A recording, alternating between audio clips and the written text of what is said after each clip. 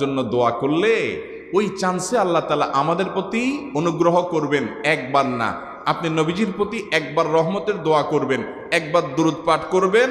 মান সাল্লা আলাইয়া মাররাতান সাল্লাল্লাহু আলাইহি আশারা, নবীজি সাল্লাল্লাহু আলাইহি সাল্লাম বলেছেন, একবার আমার জন্য তোমরা দোয়া করলে, আমার প্রতি দুরূদ পাঠ করলে, আল্লাহ তাআলা তোমাদের জীবনে 10 বার 10 জায়গায় 10 টাইমস তোমাদের উপরে আল্লাহ তাআলা অনুগ্রহ করবেন।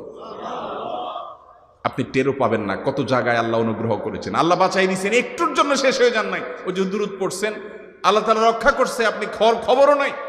আল্লাহ তাআলা আপনার প্রতি বিশাল একটা দান করছে, আপনি লক্ষ্য করেন নাই। ওই যে দুরূদ পড়ছেন একবার, 10 বার রহমত হবে। এভাবে যত দুরূদ পড়বে সে তত রহমত এবং অনুগ্রহ পাবে। বেশি করে পাঠ করবো তো ইনশাআল্লাহ।